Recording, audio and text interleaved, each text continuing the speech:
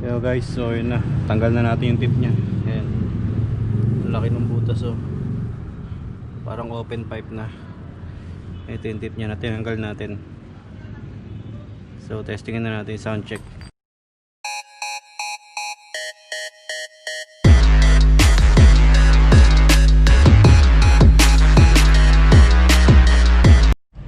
Hello guys, so ngayon sa sound check natin tong XRM 125 na naka Apido chicken pipe.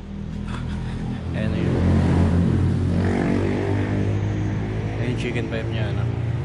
So mamaya testingin natin tanggalin yung tip, kasi yung tip nya pag tinanggal ito mas malaki yung butas sa loob, so mas maganda yung tunog pag tinanggal natin ta. So pakinggan muna natin kung ano yung tunog nya.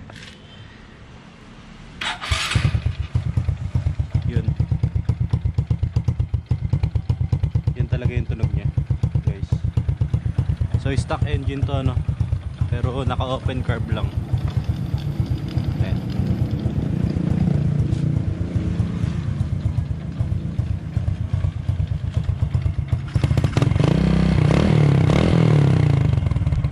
Yun yung stock na.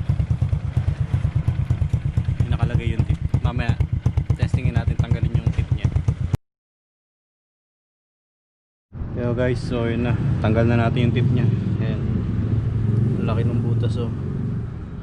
Parang open pipe na. Ito yung tip nya na tinanggal natin. So testingin na natin, sound check.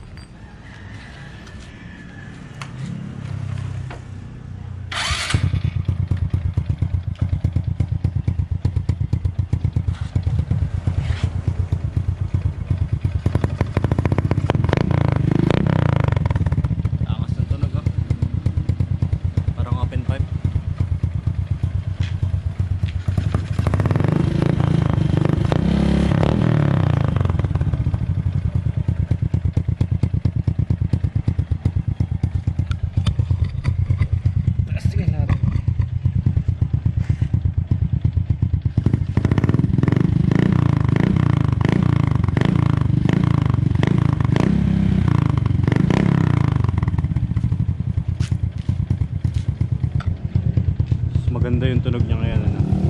Wala na yung tip, hindi napigil.